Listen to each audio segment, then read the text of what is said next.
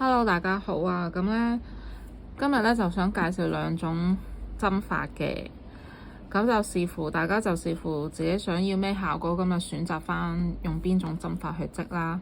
咁首先咧，呢個咧，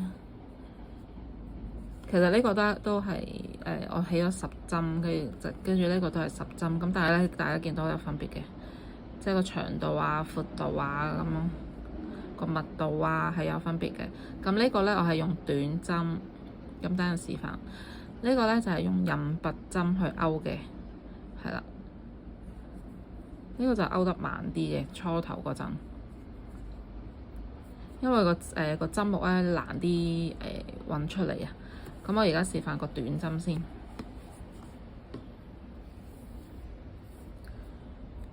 係啦，短針攞紅色線。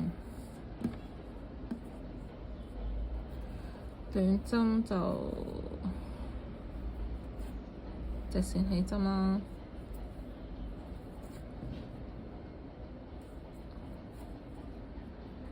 勾10個鎖針先，1、2、3、4、5、6、7、8、9、10。咁短針咧，我哋望下個 V 先，係一個 V 代表1針。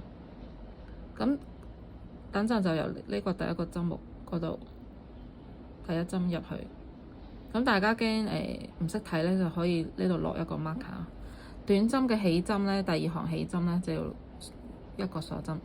所以咧，第一個鎖針就唔屬於我哋要織嘅範圍，係啦。由第2個開始，短針就咁好簡單嘅啫，係第針目穿入去，喺後邊勾翻條線出嚟，咁有2個線圈嘅，一次過拉出，咁就為之1針。咁咧之後咧，第2針一次過拉出，爭啲，第3針。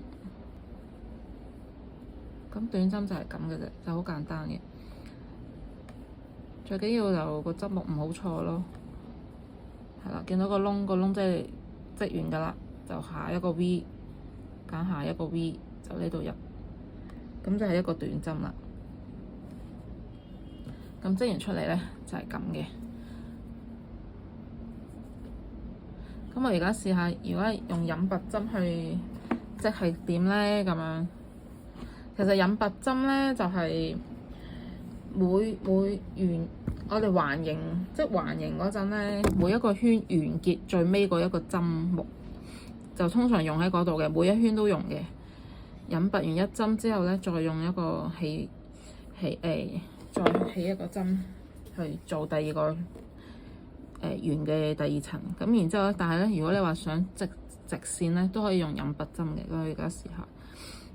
10個鎖10針先，1、2、3、4、5、6、7，甩咗唔緊要嘅，揾翻個線圈，8、9、10，好啦，咁呢個就起咗10針啦，咁啊10個 V， 咁點刃拔咧？一個鎖針先，第1針唔算。係咁樣，同短針都好似嘅，咁樣勾出後邊嗰條線咧，用1次嘅啫。短針咧，後邊嗰條線咧就用2次嘅，所以咧佢出嚟個效果咧就再短啲，咁樣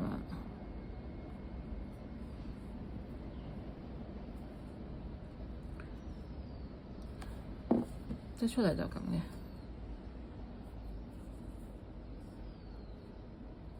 咁咧就介紹咗4款啦。呢個係刃拔針勾出嚟嘅效果，呢個係短針，一個咧係中長針，呢一個就長針。咁其實仲有長針、長針，咁就係個橋唔同個圈數咧，咁樣加上去嘅啫。咁呢4種咧就係最常用嘅啦。咁大家勾嘢咧，咁視乎翻自己想要嘅效果啦，咁就選擇翻唔同嘅針法咯。今日介紹係咁多，thank you，拜拜。